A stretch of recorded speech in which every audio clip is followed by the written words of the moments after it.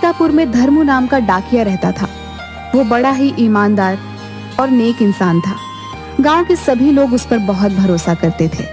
गांव के जितने भी लोग थे सब धर्मू डाकिया से ही पत्र भेजते थे, क्योंकि वो समय पर पत्र पहुंचा देता था।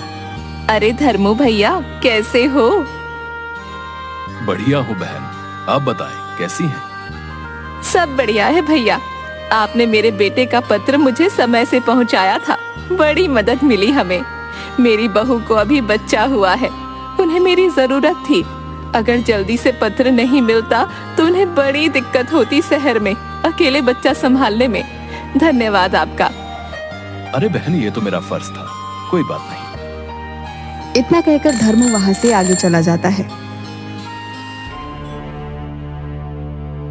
मीरा दीदी, आओ बाहर आओ, तुम्हारा पत्र ले आया हूँ। लाओ भैया, आपका बहुत बहुत धन्यवाद। मेरे पति इतनी दूर फौज में काम करते हैं, अगर तुम ना होते तो मैं कैसे उन तक अपना पत्र भेजती और कैसे उनके पत्र मुझे मिल पाते। अरे दीदी, यही तो मेरा काम है। जो अपने परिवार से दूर रहे हों उनको पत्र के जरिए मिलाना। धन्यवाद भैया। उसके गांव में एक सुरेश नाम का आदमी रहता था। सुरेश भी धर्मू को जानता था, पर उसने कभी भी किसी को कोई पत्र नहीं भेजा था।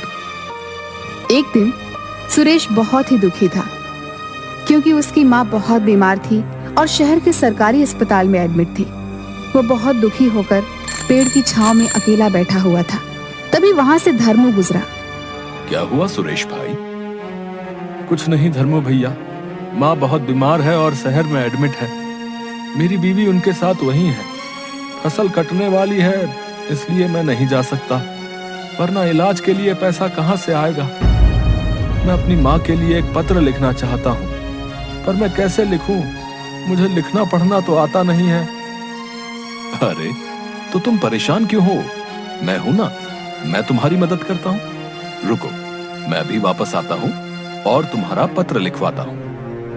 इतना बोलकर धर्मू वहां से चला गया, क्योंकि उसे एक दो पत्र बहुत जल्दी में पहुंचाने थे। सुरेश वहीं पर बैठकर धर्मू डाकिया का इंतजार कर रहा था। कुछ ही समय में धर्मू वापस आ जाता है। अरे आप आ गए धर्मू भैया?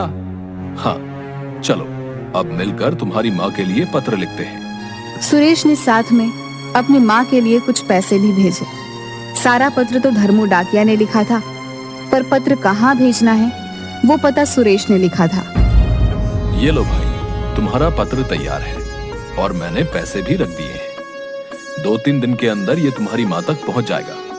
मैं पूरी कोशिश करूंगा कि उन्हें ये जल्द से जल्द मिल जाए। आपका बहुत बहुत धन्यवाद भैया। फिर सभी अपना अपना काम करने लगे। पत्र को भेजते हुए अब 1 हफ्ता हो गया था। एक दिन अचानक से सुरेश धर्मू के दफ्तर में आता है। वो बहुत गुस्से में लग रहा था। अरे क्या हुआ सुरेश, इतने गुस्से में क्यों हो? धर्मू भैया, मुझे पता चला है कि मेरी माँ का पत्र अभी तक नहीं पहुँच पाया। मुझे आपसे ऐसी उम्मीद नहीं थी। आपने मुझे बेवकूफ बनाया। मैंने आप पर भरोसा करके पैसे दिए थे। आपने मुझे अनपढ़ गरीब के साथ ठीक नहीं किया। ये सुनकर धर्मू डाकिया दंग रह गया। अरे अब नहीं भैया, मैंने ऐसा कुछ भी नहीं किया। आपको कोई गलतफहमी हो रही है। सुरेश धर्मू की आगे की बात सुने बिना ही अपनी आंसुओं को पोंछते हुए वहां से चला गया। अगले दिन गांव के सरपंच सुबह सुबह ही धर्मू डाकिया के घर पहुंच जाते हैं। अरे धर्मू, तुमने क्या किया भाई? हैं? हमारा इतने सालों का भरोसा तुमने तोड़ दिया, वो भी थोड़े से पैसे के लिए।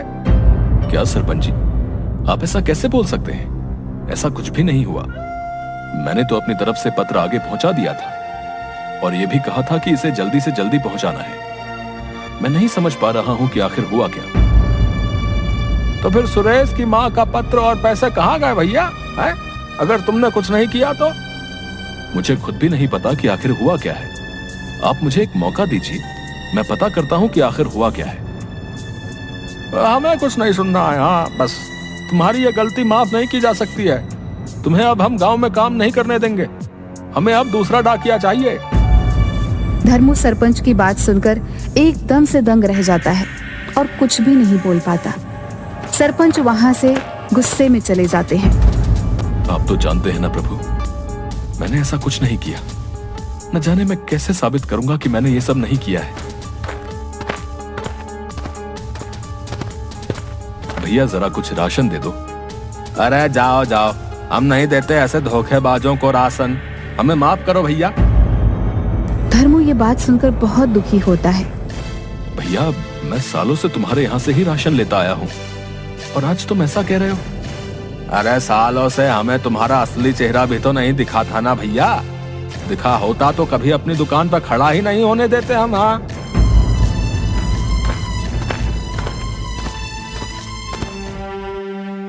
दुकान वाले ने तो कुछ भी राशन नहीं दिया। 2 दिन से काम पे भी नहीं गया हूँ। ऐसा चलता रहा तो भूखा ही मर जाऊंगा मैं। धर्मू बहुत घबरा जाता है। उसे कुछ भी नहीं समझ आता कि वो क्या करे। वो काफी देर तक सोचता रहता है कि ऐसा ना हो कि उसे गांव वाले जाने की धमकी दे दे। अपनी भूख शांत करने के लिए धर्मू पानी पीकर बिस्तर पर लेट जाता है। हे भगवान, ये क्या हो रहा है? अब मैं क्या करूं? दूसरी तरफ सुरेश अपने सारे काम छोड़कर बस अपनी माँ के पत्र के बारे में सोच रहा था। न जाने माँ कैसी होगी, मेरी बीवी सब कैसे संभाल रही होगी। हमारे पास सब पैसे भी खत्म हो गए हैं। अब मैं क्या करूं? अब अरे तुम परेशान क्यों हो रहे हो?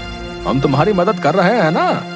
कुछ वक्त लग सकता है पर हम तुम्हारा पत्र और पैसा ढूंढ निकालेंगे भाई। इसी तरह 2 दिन बीत गए। कोई उससे पहले की तरह बात नहीं करता था, मगर उसने अपने स्वाभिमान और सच्चाई के आगे हार नहीं मानी थी। वो हर रोज काम के लिए निकल रहा था। शीला बहन, लाओ, तुम्हें अपने बेटे को पत्र पहुंचाना होगा ना।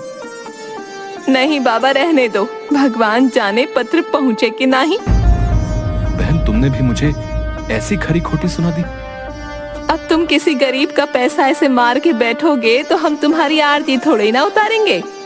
धर्मू अब तक सब कुछ चुपचाप सह रहा था, मगर शीला की ये कड़वी बातें उसके दिल पर लग गई। ठीक है बहन, मेरी ही कुछ भूल रही होगी। चलता हूँ। हाँ हाँ, जाओ जाओ। तुम्हारे जैसे चोर उचक्कों को यहाँ रोका भी किसने है? आए बड़े संत कहीं के। 2 दिन बीत गए और धर्मू डाकिया अपने घर से बाहर भी नहीं निकला। सरपंच हमेशा की तरह सुबह सुबह पंचायत में बैठे थे। तभी सुरेश भागा भागा वहाँ आता है। अरे सुरेश, ऐसे क्यों भाग रहे हो भाई? क्या बात हो गई? सरपंच जी, हमसे बड़ी भूल हो गई। अरे अरे जरा सांस ले लो, फिर बताओ क्या हुआ? बहुत बड़ी भूल हो गई हमसे। धर्मू भैया बेकसूर हैं, उन्होंने कुछ नहीं किया।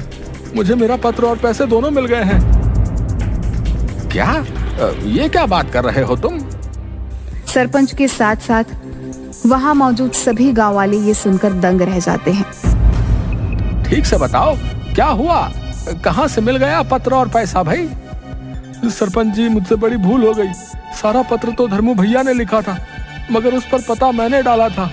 मैं ठहरा अनपढ़ गवार, मैंने गलत सलत पता लिख दिया। डाकिया जब पत्र लेकर शहर गया तो वो पता नहीं मिला ही नहीं। 1 हफ्ता इसलिए लग गया क्योंकि धर्मू भैया ने उसे कहा था कि पत्र पहुंचाना बहुत जरूरी है, तो वो शहर में उस पते को खोजता रहा। इतना ही नहीं, धर्मू भैया ने अपने पास से कुछ पैसे भी दिए थे मेरा पत्र जल्दी पहुंचाने के लिए।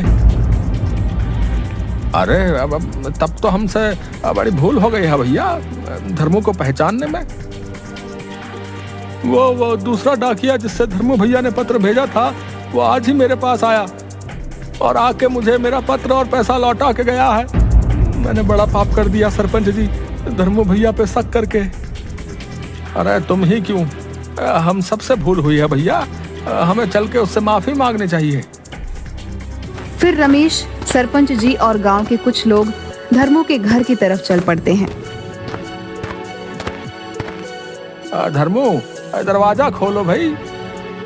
धर्मू भैया, मैं सुरेश, दरवाजा खोलिए, हमें आपसे बात करनी है। बहुत देर तक धर्मू का दरवाजा खटखटाने के बाद कोई भी बाहर नहीं आता। कहीं ऐसा तो नहीं कि धर्मू गांव छोड़ के कहीं चला गया भाई? अरे नहीं, दरवाजा अंदर से बंद है। तो कहीं ऐसा ना हो कि इतना सब सुनने के बाद उन्होंने कोई गलत कदम उठा लिया भाई? अरे भाई ये सब क्या बोले जा रहे हो हैं? शुभ शुभ बोलो। चलो ये दरवाजा तोड़ते हैं। गांव वाले मिलकर दरवाजा तोड़ देते हैं। अंदर की हालत देखकर सब दंग रह जाते हैं। घर में जरा सा भी उजाला नहीं था।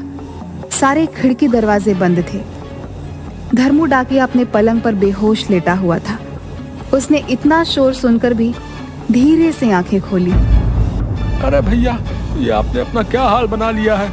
मुझे माफ कर दो। मैंने आपकी ईमानदारी पे शक किया। आप सही थे, भूल मुझसे हुई। मुझे मेरे पत्र और पैसे वापस मिल गए। अच्छा हुआ भैया। अब माँ कैसी है? धर्मू की बात सुनकर सुरेश की आंखों में आंसू आ गए। उसने धर्मू की हथेली पकड़ ली और माफी मांगने लगा। धर्मू, तुमने अपना ये क्या हाल कर लिया है भाई? मैंने इतने साल इस गांव की सेवा करके बस विश्वास और मान सम्मान ही कमाया था। मैं उसे ऐसे टूटा हुआ देखकर खुद भी टूट गया, इसलिए मेरी ये हालत हो गई। अब हम सबको माफ कर दो धर्मू। हमें तुम्हारे साथ ऐसा व्यवहार नहीं करना चाहिए था। हमसे भूल हो गई भाई। कोई बात नहीं, मैंने आप सबको माफ कर दिया है। आप परेशान ना हो। और हाँ, मेरा एक काम जरा जल्दी से कर दो। अब कौन सा काम? मीरा दीदी है ना, जिनके पति फौज में है। देखो, मैंने उधर उनके पति के नाम से एक पत्र लिख के रखा है, जरा उन तक पहुंचा दो। सब लोग धर्मू की बात सुनकर हैरान हो जाते हैं। तुम उनके पति के नाम से पत्र लिखकर क्यों भेजते हो? हाँ सरपंच जी, उनके पति को मरे हुए अब साल भर होने को आया है। अगर मैंने उन्हें ये सच बता दिया तो वो जीते जी मर जाएगी। इसलिए उनके पति के नाम के झूठे पत्र लिख देता हूँ। कम से कम इसी सहारे वो जिंदा तो रहेगी। धर्मू की बात सुन के सबकी आंखों में आंसू आ जाते हैं। अब तुम बहुत महान आदमी हो धर्मू। हम एक बार फिर से तुमसे माफी मांगते हैं। और हाँ, तुम भी अब अपनी सेहत सही कर लो भाई, क्योंकि कल से तुम्हें ही फिर से सब पत्र पहुंचाने हैं, क्योंकि तुम ही हमारे गांव के नंबर 1 डाकिया हो भाई। सरपंच की बात सुन धर्मू के चेहरे पर एक मुस्कान आ जाती है। जी जरूर। इसके बाद धर्मू पहले की तरह हर रोज खुशी खुशी गांव वालों की सेवा में लग जाता है।